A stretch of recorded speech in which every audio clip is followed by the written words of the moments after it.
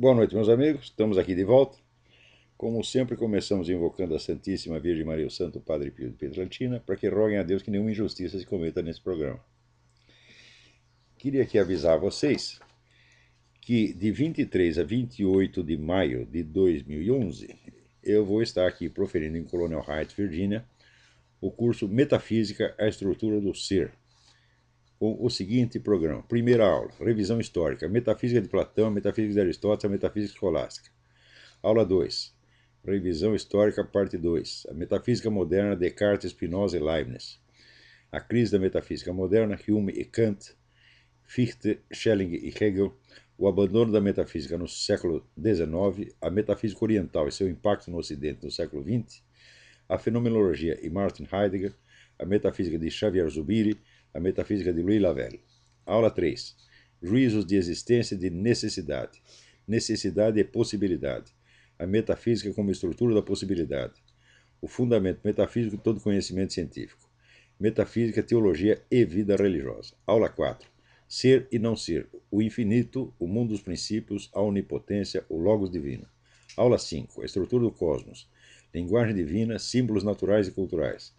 Aula 6. Eternidade e temporalidade, a imortalidade da alma, história e escatologia. Informações e inscrições pelo e-mail edui.ferro@uol.com.br ou pelos telefones 041 99744443 e 041 9650 9671 com o famoso senhor Edui com Y.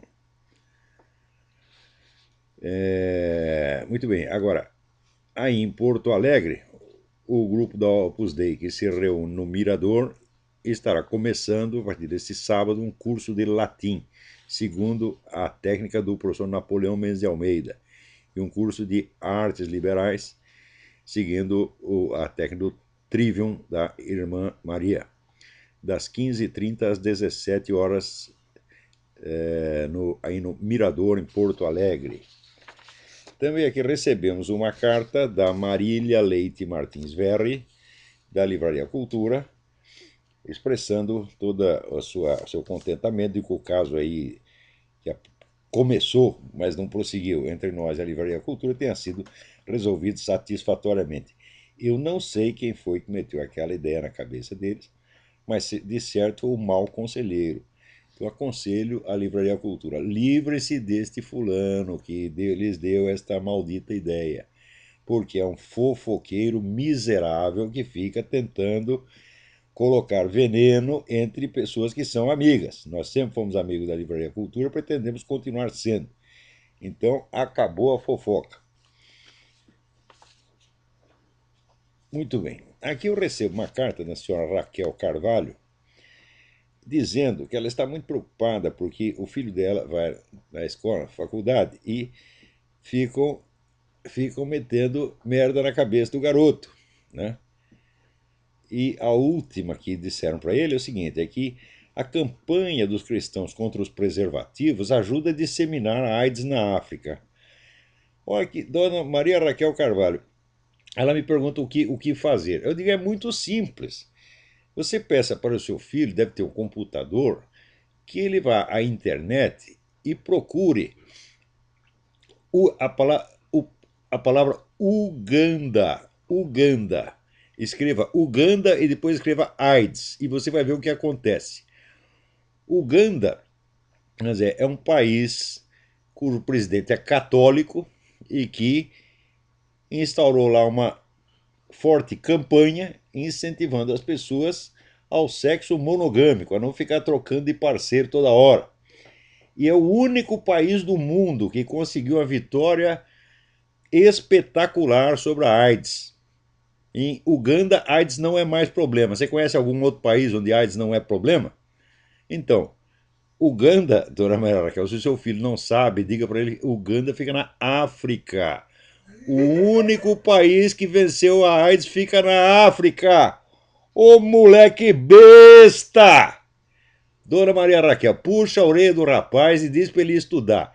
Se ele não quer estudar, pelo menos faça isso. Vai lá na internet e escreve assim, Uganda, U-G-A-N-D-A. Dá um espaço e escreve AIDS, A-I-D-S. Tá? E vai ver o que acontece. Pelo largar de ser burro e teimoso, talvez não seja burro, talvez tenha até um rapaz inteligente. Mas não adianta ter inteligente no Brasil, porque você vai lá para a escola e os caras liquidam com isso rapidamente. Né? Olha aqui, outra coisa. O outro leitor, Márcio Ricardo Rodrigues Melo, do Rio de Janeiro, me escreve dizendo o seguinte: tenho acompanhado seus programas no TrollSpeak e estou com dificuldade em entender um tema que parece simples, mas como nunca foi aos Estados Unidos, ficam sem referência. O que é o nacionalismo americano? Como se expressa? Onde se expressa? Né? Quem são os que estão a favor? E que resistência pode o nacionalismo americano oferecer àqueles que detêm, se é que detêm, o poder pelo dinheiro, como os Bilderberg? Márcio Ricardo, a sua pergunta é tão importante que eu estou escrevendo não um, mas uma série de artigos a respeito para o Diário do Comércio. Porque em um artigo só não dá para explicar. O tema é realmente complexo. Então, escrevi já o primeiro, já mandei o primeiro artigo para o Diário do Comércio e vou mandar mais. Então, olha, para adiantar o expediente, eu vou ler o artigo aqui para vocês. Então, esse é só o começo da resposta, Márcio. Eu te agradeço muito por essa pergunta. Aqui, então vamos lá. Um leitor, Márcio Ricardo, do Rio de Janeiro, envia-me a seguinte pergunta: que é o nacionalismo americano? Por que canais se expressa? Que grande resistência pode oferecer aos que detêm, se é que detêm, o poder pelo dinheiro, como os integrantes do grupo Bilderberg? Fecha aspas. Meu amigo, você fez a pergunta certa. Esse é provavelmente o assunto mais urgente a ser estudado por quem deseja compreender o quadro político do mundo e fazer previsões razoáveis. É também, por desgraça, o aspecto mais ignorado fora dos Estados Unidos, o que torna a maior parte das análises de política internacional, sobretudo as brasileiras, um extenuante campeonato de erros. Por isso mesmo não hesitarei em dedicar à sua pergunta mais de um artigo, se necessário, sem prejuízo do possível aproveitamento deles como rascunhos para o debate com o professor Dugin. Vamos lá. No que diz respeito ao conteúdo ideológico geral, o nacionalismo americano é, em essência, um conservadorismo, empenhado em manter a tradição constitucional e o legado dos Founding Fathers. Isso quer dizer que a Constituição, na perspectiva nacional conservadora, deve ser interpretada segundo a intenção dos seus autores. Espera aí que tem um sujeito vomitando aqui, é um caso gravíssimo. Melhorou? É? Carmou? Então vamos continuar.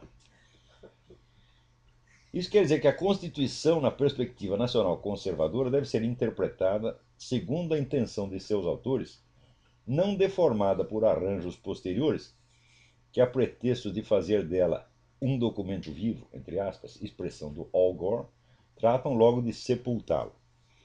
A ideologia dos fundadores da República Americana foi uma síntese originalíssima que harmonizava as reivindicações práticas do iluminismo com as exigências e princípios do cristianismo bíblico.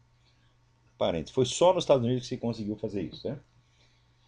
A explícita inspiração cristã da Constituição e das leis americanas foi tão bem documentada nas 1000 páginas do livro clássico de Benjamin F. Morris, The Christian Life and Character of the Civil Institutions of the United States, de 1864, que qualquer tentativa de questioná-la ou relativizá-la é coisa de evidente má-fé.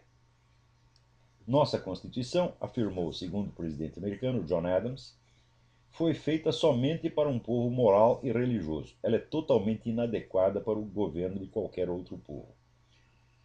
Os americanos são o único povo em todo o universo que é governado por uma Constituição cristã, que, ademais, tem consciência disso e que continua vendo aí uma das fontes principais de inspiração para suas lutas.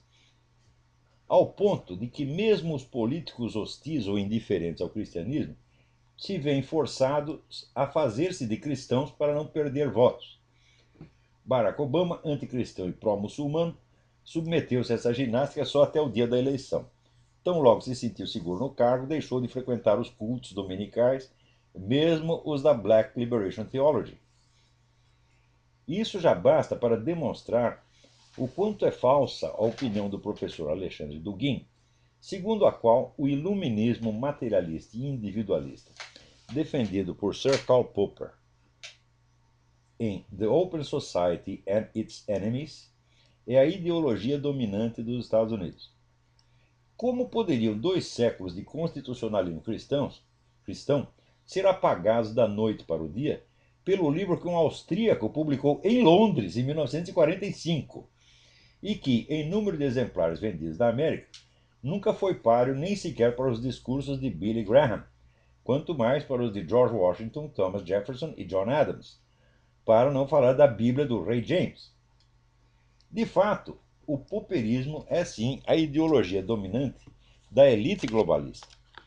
Mas a prova de que esta não representa a população americana nem as tradições do Estado americano é que só consegue, quando consegue, impor as suas políticas, camuflando-as muito bem na linguagem tradicional do nacionalismo conservador. Lyndon Johnson foi um artista nisso. Barack Obama só mostrou algum talento nessa prática durante a campanha eleitoral. Depois de eleito, cometeu gafe atrás de gafe e se revelou. Se ao observador estrangeiro a visão duginiana do americanismo parece verossímil, é por uma razão que já mencionei 1000 vezes. O nacionalismo conservador é ainda a opinião majoritária entre os americanos, mas só tem público dentro dos Estados Unidos, e nenhuma projeção na mídia internacional amplamente dominada pela elite globalista e seus sócios na Europa e na América Latina. Quem quiser tirar a coisa a limpo, que venha aqui e acompanhe o debate político interno.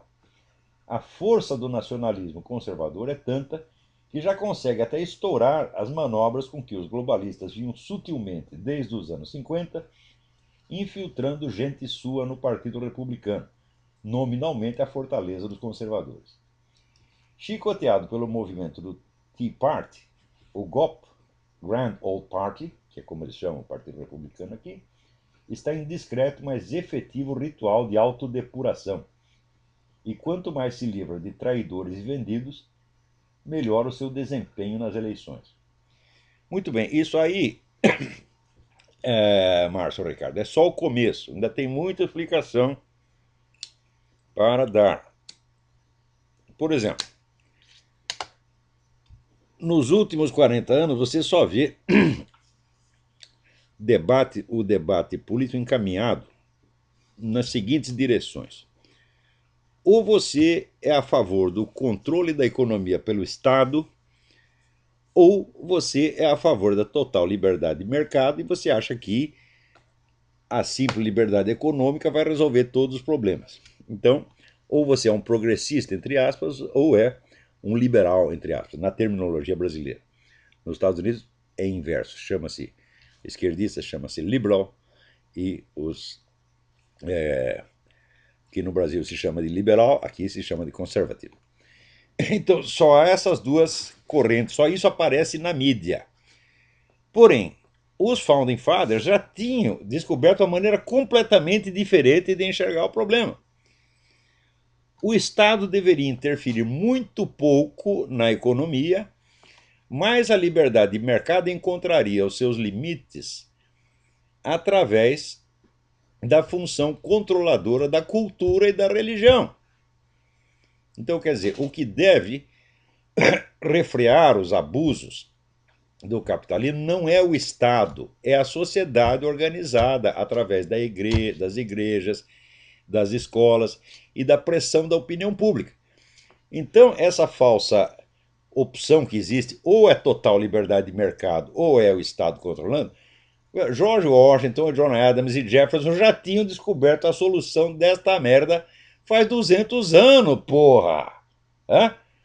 Porque a gente sabe que se você libera totalmente a economia, então Logo, logo, essa liberdade econômica se destrói a si mesma através da constituição de monopólios, quer dizer, o fenômeno que eu chamo dos metacapitalistas. São os caras que ficam tão ricos, mas tão ricos, mas tão ricos, com a liberdade de mercado, que no fim eles acabam controlando o mercado inteiro. Então é uma liberdade que se suicida. Tá certo? E por outro lado, se o Estado interfere na economia, o que acontece? Né? Você cria uma casta de beneficiários do Estado, tá certo? Uma casta de vagabundo, de chupim, de vigarista, que fica só vivendo de imposto e a economia vai para o buraco. Então, parece que só tem essas alternativas o cérebro do mundo está empacado entre essas duas opções igualmente idiotas. Vai fazer 40, 50 anos, especialmente no Brasil. No Brasil não se discute outra coisa a não ser isso. É liberdade de mercado e intervencionismo. Os Founding Fathers já tinham entendido que o elemento controlador da economia não é o Estado, é a própria sociedade. E é por isso que John Adams dizia: esta Constituição ela só serve para um povo moral e religioso. Por quê? Porque ela refreia a intervenção do Estado na economia e, portanto, dá terreno livre para os capitalistas fazerem o que quiserem. O que quiserem, não. O que a sociedade permitir que eles façam.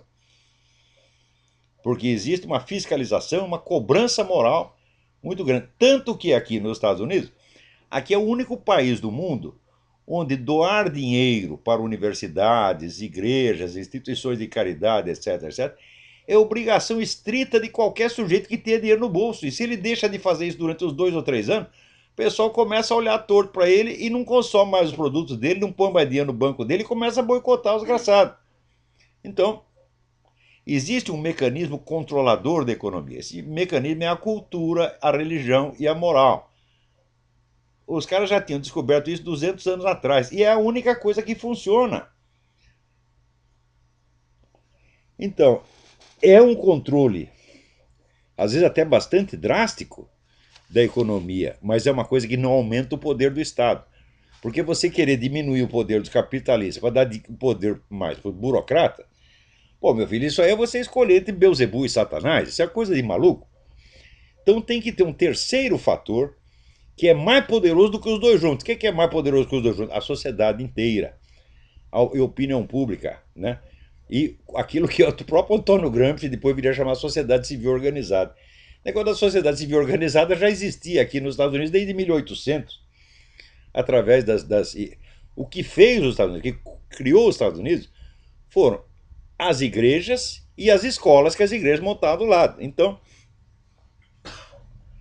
através, vamos dizer, dessa influência cultural, eles moldavam a sociedade de tal maneira que capitalista nenhum, por mais dinheiro que tivesse, conseguiria passar além de certos limites. Existe o famoso caso do John D. Rockefeller, vejam vocês. Havia uma greve numa das minas, acho que era uma mina de prata, sei lá, do John D. Rockefeller. Não me lembro onde também, faz tempo que me contaram a história. E teve uma greve e ele mandou a polícia lá, a polícia fuzilou os grevistas e matou um bocado de grevista. Do dia para a noite, o John D. Rockefeller virou o inimigo público número 1. Ele não podia sair na rua, que as pessoas cuspiram nele. Todo mundo começou a retirar dinheiro que estava depositado nos bancos do Rockefeller. Parou de consumir produtos que eram das fábricas do Rockefeller. Daí o Rockefeller, desesperado, contratou um sujeito chamado Edward Bernays, que aliás era genro do Dr. Freud, né? E que era um grande especialista em propaganda. E fez uma campanha de mais de 20 anos para limpar a sua imagem. Deu um trabalho miserável. Né? No fim ele conseguiu. Como é que ele conseguiu? Ele teve que começar a contribuir para as igrejas, contribuir para o hospital, contribuir para a universidade, fazer caridade para tudo quanto é lado, e depois de 20 anos, então limpou a imagem do sujeito. E os Rockefellers então voltaram a ter, vamos dizer, uma posição de prestígio nos Estados Unidos, mas deu muito trabalho e custou muito dinheiro, custou muito o sacrifício deles. Não digo que esse sacrifício tenha chegado a pagar o imenso crime que cometeu, mas bastou para que a população, no fim de 20 anos, o perdoasse. Isso para você ter ideia do poder da fiscalização moral exercida pela sociedade. funciona muito mais do que qualquer fiscalização governamental.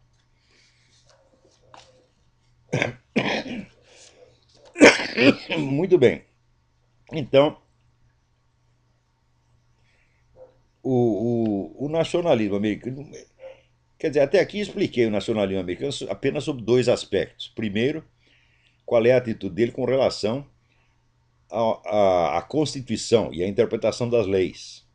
Né? Então, a interpretação, segundo eles, deve ser prevalecer a interpretação original e não uma outra inventada. Porque é muito fácil você pegar um texto e você modificar completamente o sentido dele. Era isso que os filhos das putas estavam tentando fazer aqui através dos juízes. Eles inventaram uma teoria de que o juiz pode interpretar do jeito que ele quiser a Constituição e as leis, pode modificar o sentido das leis, e no fim o juiz vira um legislador, o que é uma coisa absurda, o que destrói completamente a ordem jurídica.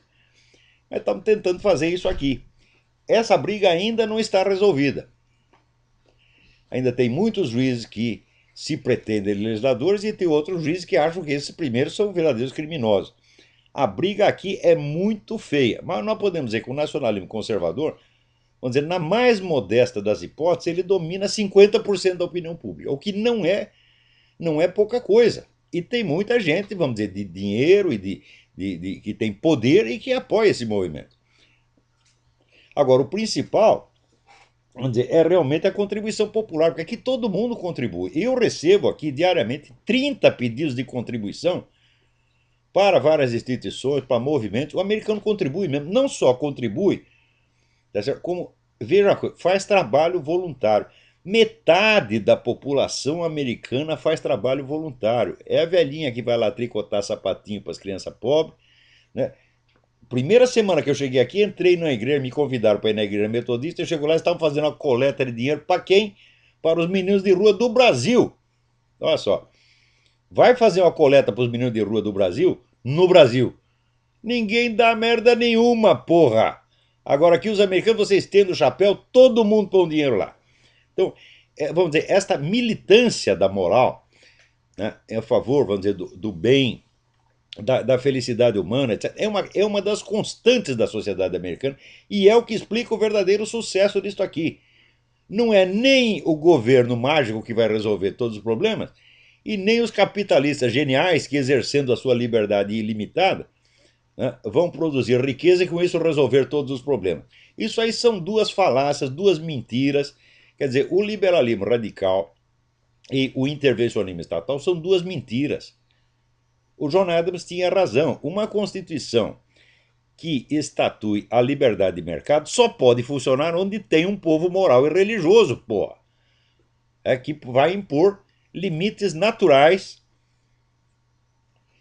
à atividade capitalista quando ela transgredir as leis morais. É só isso que funciona.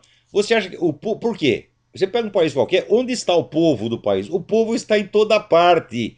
E o governo não pode estar em toda parte, porque se ele estiver em toda parte, ele vira o inferno. É a coisa mais. Então o povo é o melhor fiscal. Por quê? Porque ele está em toda parte e ele vê tudo. E ademais, quando vem o prejuízo, é no bolso dele. Então ele sempre sabe onde está doendo. Então, esses aí são dois traços do nacionalismo americano. Mais tarde eu vou analisar, em um outro artigo, eu vou analisar qual é a posição do nacionalismo americano com relação à política internacional. Mas primeiro eu quero ver o que o Dr. Dugin vai responder às minhas primeiras observações. Recebi uma carta. Oh, peraí, tem alguém na linha. Alô, quem é? Alô? Não tem ninguém falando nada. Está mudo como um poste. Então, olha, essa semana tem tanta coisa interessante aqui. Olha aqui. A Universidade Northwestern, nos Estados Unidos, resolveram dar uma lição de educação sexual ao vivo. Botaram lá um casal, né, trepando, né? E a mulher ou teve ou fingiu muito bem um orgasmo, né? Não botaram aqueles eletrodos que o Dr. Masters e Virginia Johnson colocavam eletrodos para medir o orgasmo. Ali não tinha, era só controle visual. Tá certo? Então, Mais tarde, suponho eu, né, haverá, né, como foi um casal hétero, tá aqui o homem barbudo e a mulherzinha, até bonitinha, né? Não pode ter discriminação, então vai ter que ter aula de homossexualismo ao vivo. E vai ter voluntários para dar o cu. Atividade pedagógica da mais alta importância cultural e científica. No Brasil já tem, né, a lista de voluntários, já deve ter uns 10 milhões na fila. É,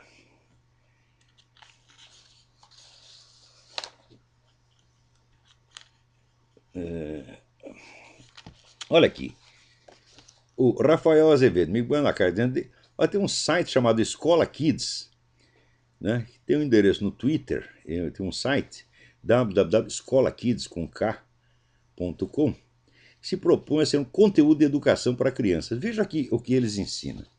Os cubanos viviam em péssimas condições, sem saúde, sem escolas e sem emprego. E os Estados Unidos contribuem cada vez mais com o sofrimento dos cubanos. Daí Che conheceu Fidel Castro, líder do exército revolucionário cubano, e junto com os outros companheiros expulsaram os estadunidenses da ilha. A paz voltou a reinar na ilha. As crianças voltaram para a escola, os pais voltaram para seus empregos, os cubanos puderam ter uma vida mais digna. Ai, meu saco! Porra! Cuba praticamente não tinha analfabetos, já tinha o melhor serviço de saúde da América Latina, tá certo? E era um ponto que atraía turistas do mundo inteiro. Dinheiro rolava na época. Cuba era a quarta economia da América Latina, daquele tamanhico, era a quarta economia. Hoje é a 32ª, ou 28ª, sei lá, 28ª economia. Então, e a miséria é uma coisa tão óbvia que eles têm que inventar a história de que, assim, tá, nós estamos miseráveis porque os Estados Unidos não comerciam mais conosco, eles proibiram o comércio conosco. Falaram, uai, mas não era o comércio americano que estava pondo no seu cu? Hã? Tirou o comércio americano? Então virou a teoria do bode, né? Põe o bode, tira o bode. Quer dizer, quando estava o bode, era o bode que criava o problema. Tirou o bode, é a falta do bode.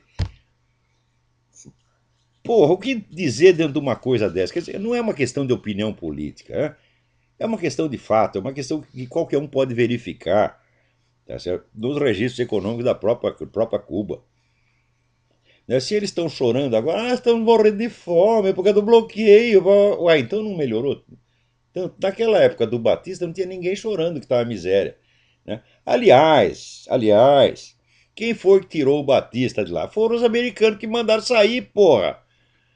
Os caras que estavam lá na Sierra Maestra desceram da Sierra Maestra e chegaram até a Havana sem disparar um tiro pelo caminho. Não aconteceu merda nenhuma, porra. Leiam no livro do Humberto Fontova, tá tudo lá documentado. E o pessoal fica espalhando mentira. Fala, olha, é como essa que diz que a Igreja Católica, proibindo as camisinhas, está disseminando AIDS na África. É só a Igreja Católica está acabando com a AIDS na África, meu Deus do céu. Esse pessoal inverte tudo. A mentalidade revolucionária é uma coisa de louco mesmo. É uma forma de patologia mental extremamente perigosa. E eu acho que as pessoas que se deixam contaminar por isso não merecem respeito, não merecem atenção e não merecem tolerância. Tá certo? Se abriu a boca para falar essas coisas, você tem que mandar tomar no cu na mesma hora, porque a inteligência deles é insensível, não capta certas coisas, mas pelo menos sensibilidade anal os caras têm, porra. É? Então você deve se dirigir a ele pelo único órgão sensitivo que eles têm. Aliás, tem dois: tem o cu e tem o bolso. Né? Então, ou você manda o sujeito tomar no cu, ou você faz ele gastar dinheiro para essa causa na qual ele diz acreditar. Porque, olha, você já viu algum militante comunista ou socialista que quer fazer a revolução e depois da revolução vencer, voltar para casa e ser apenas um operário, um cidadão comum? Não. Todo militante socialista está potencialmente no governo socialista quando a revolução vencer. Então são muito espertinhos. Olha, se você acha que a sociedade vai ser tão boa para os pobres, por que você não quer ser um dos pobres depois que a revolução vencer? Por que você quer ser ministro, deputado, comandando o exército? Ninguém quer ser proleta. Aqui recebi uma mensagem do Demetrius Surdi.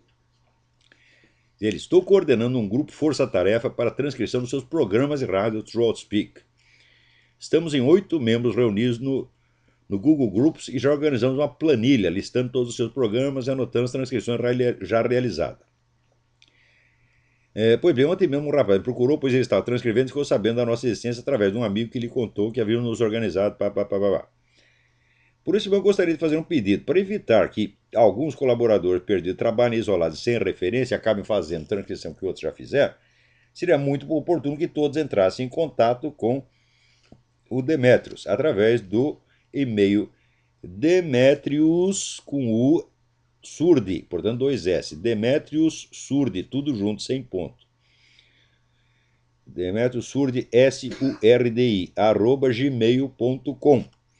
Agora, eu fico muito grato por essa atenção que vocês estão dando e acho que o seu trabalho merece a maior consideração e respeito. Mas eu quero fazer uma advertência. Nem tudo que eu disse nesse programa merece transcrição. Vocês, por favor, não façam seleção inteira. Vocês selecionem aquilo que onde tem uma explicação mais detalhada de alguma coisa, transcrevam essas partes. Agora, uma coisinha isolada que eu falei aqui a respeito, né? Por exemplo, comentários a respeito da bunda do Dr. Paulo Giraldelli, né? Eu não creio que isso seja da menor relevância, nem a bunda dele e nem o meu comentário, não é isso? Então vocês selecionem aquilo que tenha realmente algum valor mais permanente e possa exercer algum benefício pedagógico para as pessoas. Porque daqui a uns anos ninguém se lembrará de quem é o seu Paulo Giraldelli e muito menos se lembrará da bunda dele, né?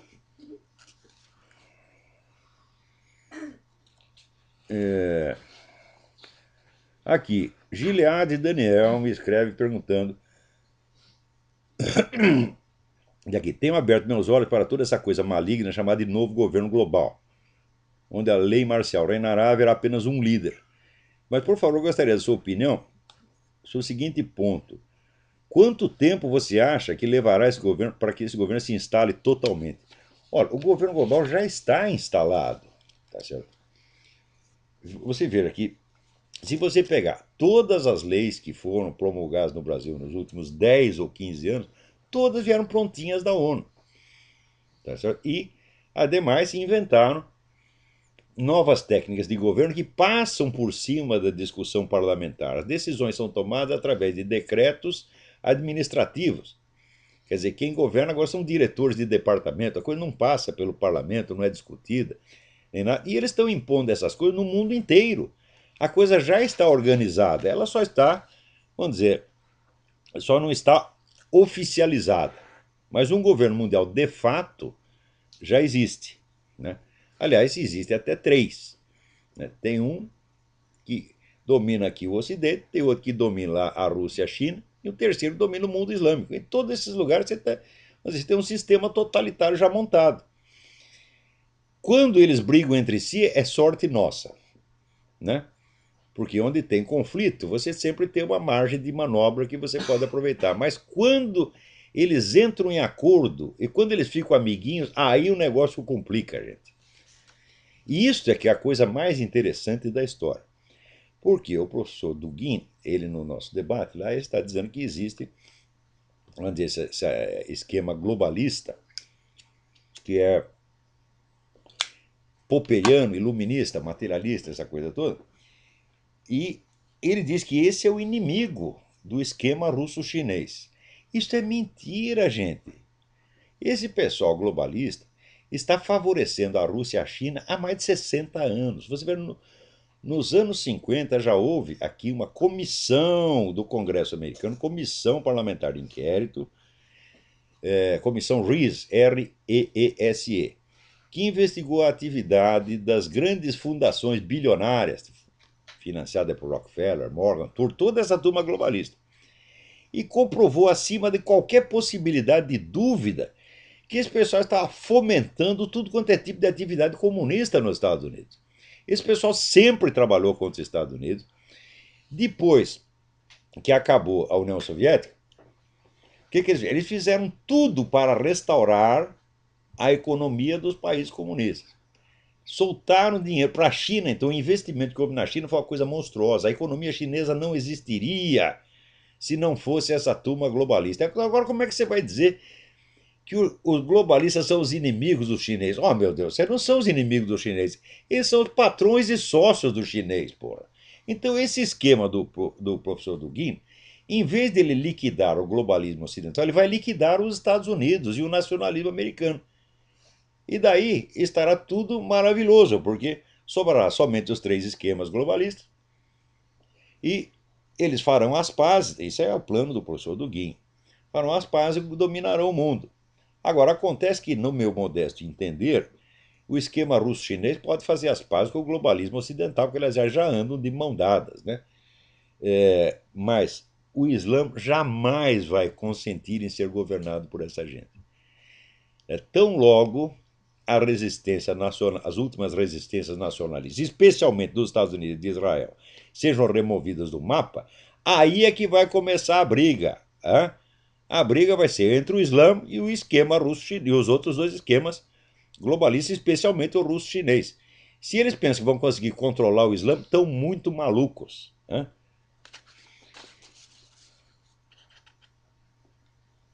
Então aqui, ó, Kissel Goldblum diz: falo aqui do Rio de Janeiro. O Obama vai fazer um discurso aqui na Cinelândia. O que você acha disso?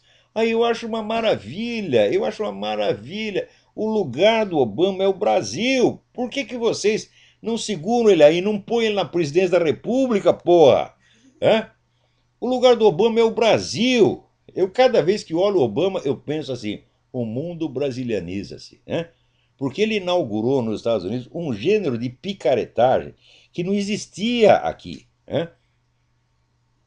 Picaretagem normal aqui é a seguinte: é um presidente que favoreceu lá, quer dizer, indevidamente uma empresa, uma coisa assim, acontece de vez em quando. Mas o Obama, emergente, o Obama chegou na presidência sem apresentar um documento. Ninguém sabe a história dele, ele proibiu a investigação da história dele, quer dizer, ninguém sabe que é o presidente dos Estados Unidos. Né?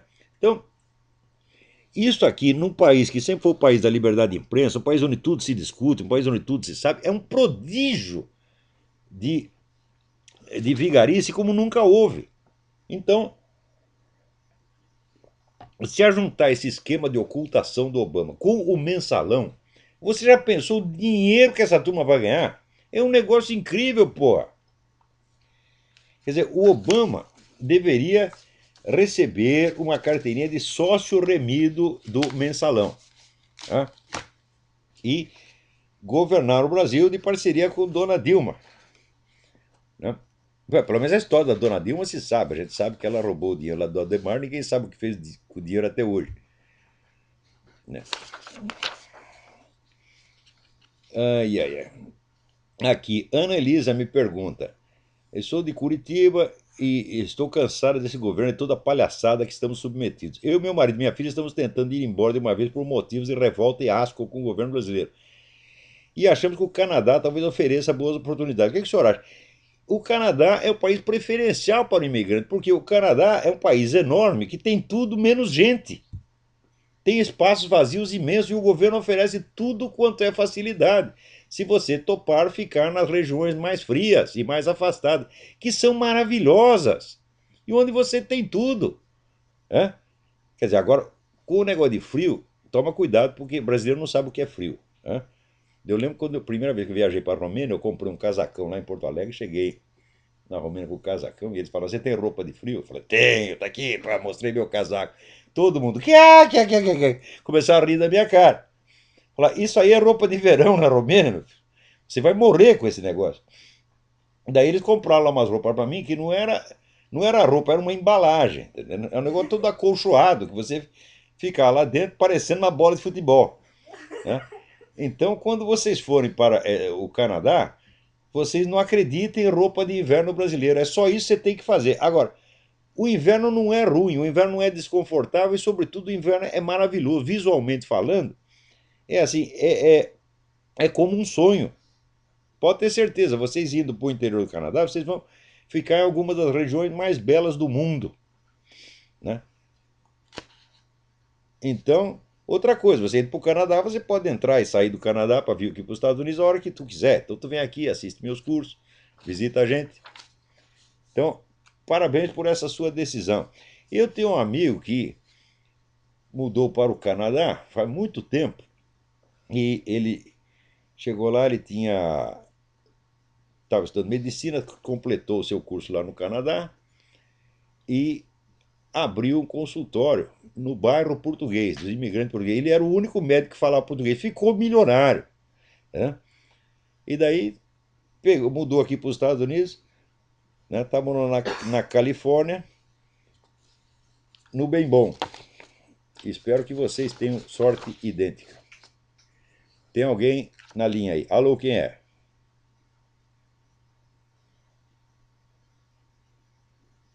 Eu não estou ouvindo nada.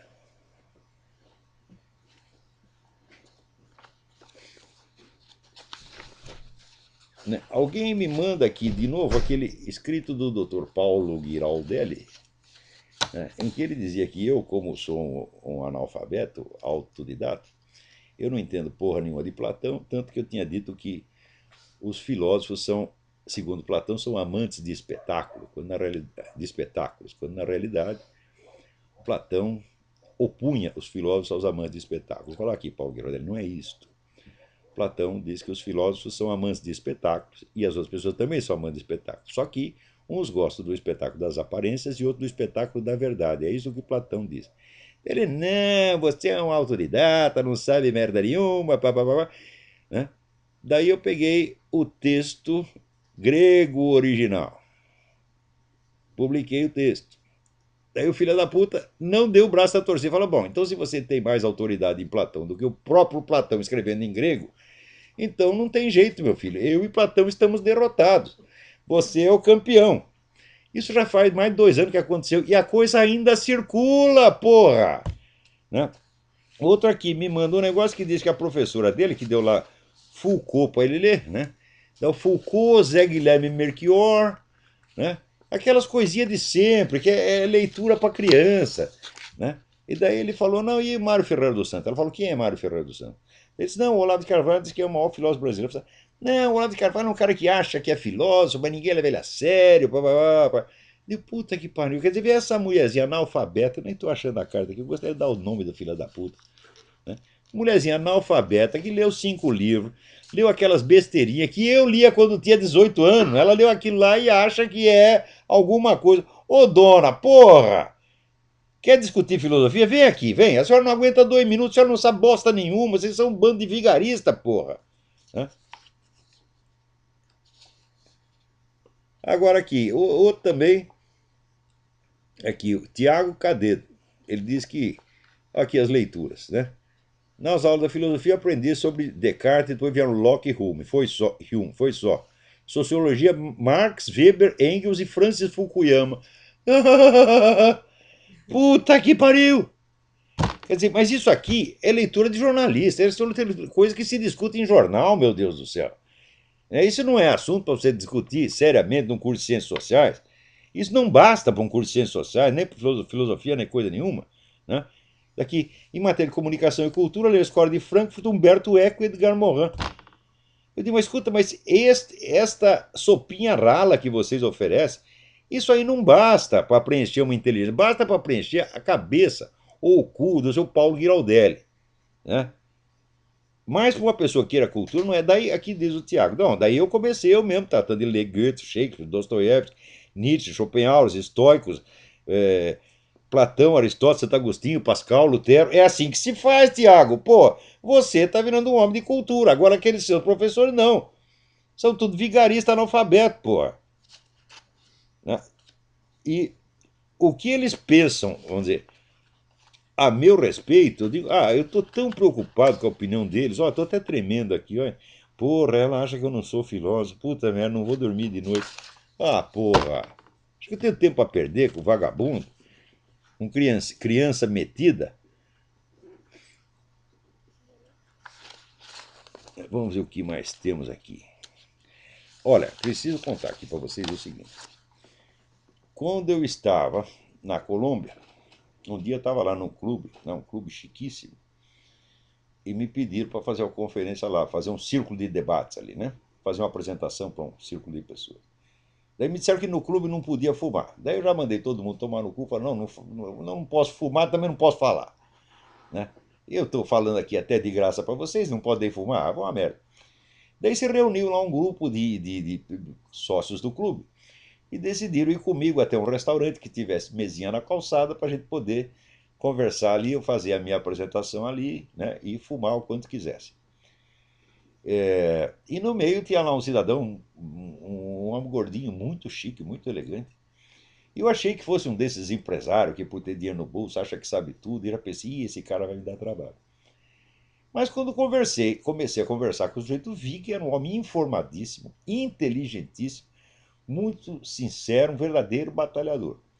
Ele era o advogado de uma comunidade muito especial que tem na Colômbia, que é uma população de camponeses, todos pretos, que foram expulsos da sua região pelas Farc. As Farc achou que precisava lá da área e mandou os caras tudo sair correndo. Saíram todos, não tendo para onde ir, foram tudo para Bogotá e estão lá vivendo de pedir esmola. E esse senhor, que se chama Fernando Vargas Quemba, era o advogado dessa gente.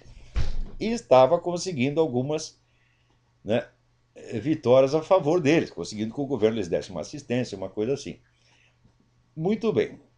Aconteceu que, uns 10 dias atrás, uma semana, né, um outro cidadão colombiano ilustre, que é o coronel Alfonso Plazas, foi beneficiado por uma entrevista que foi dada pelo médico legista que estava examinando os cadáveres dos reféns que ficaram no Palácio da Justiça em 1985, quando o negócio foi invadido por terroristas, a mando de um narcotraficante que diz: olha, vocês vão lá, invadem, tocam fogo naquele negócio e queimam os arquivos.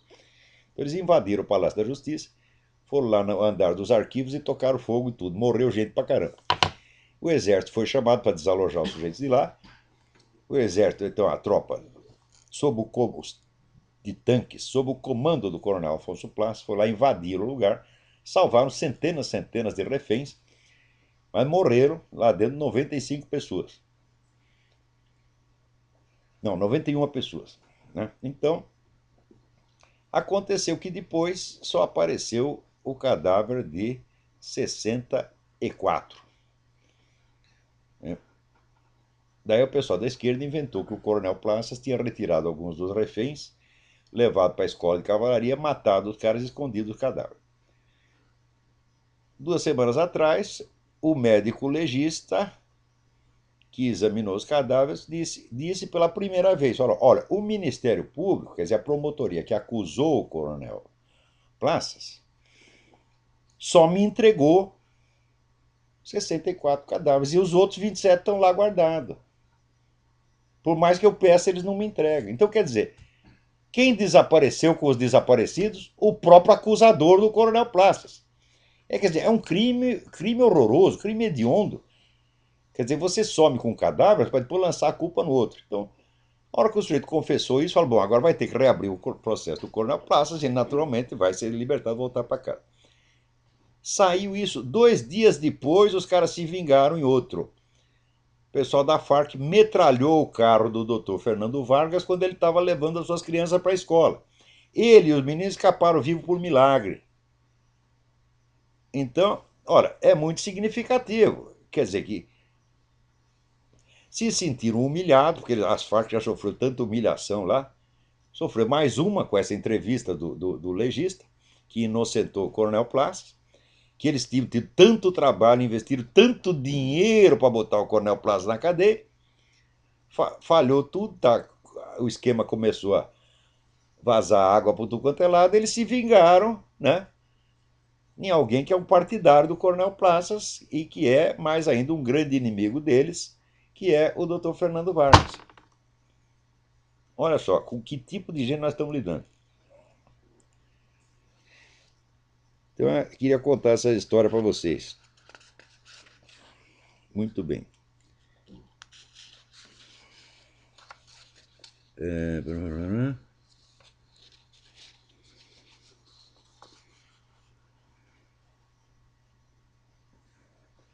Aqui tem uma carta do Lenilton Morato. A carta é muito interessante, mas não vai dar para responder aqui porque é muito comprida.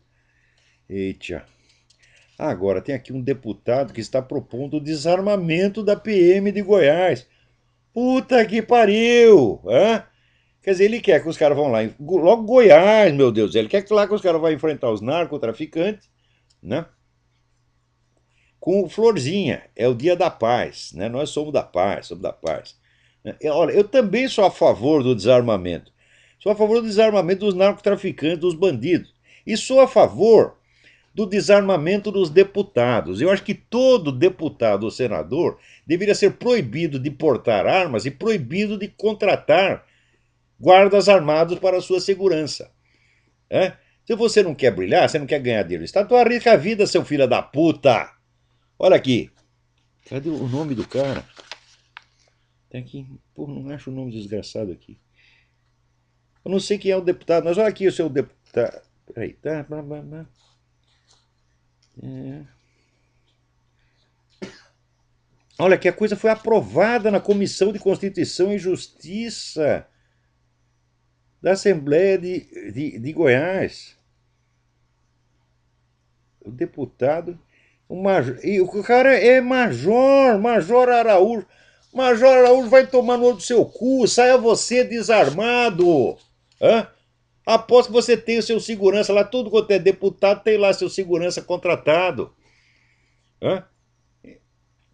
Então, se o cidadão não pode andar com um revólver na cinta, muito menos pode você andar aí com segurança armada, muito menos pode o seu presidente da República, tá certo? Ou essa vagabunda que governa o Brasil, mentirosa, salafrária, Dona Dilma. Dona Dilma, saia pra rua sem seus seguranças. A senhora não é tão valente, né? A senhora cometia aqueles assaltos desarmados, a senhora é com estilingue, né? Quando ia assaltar banco, essas coisas. Ora, porra!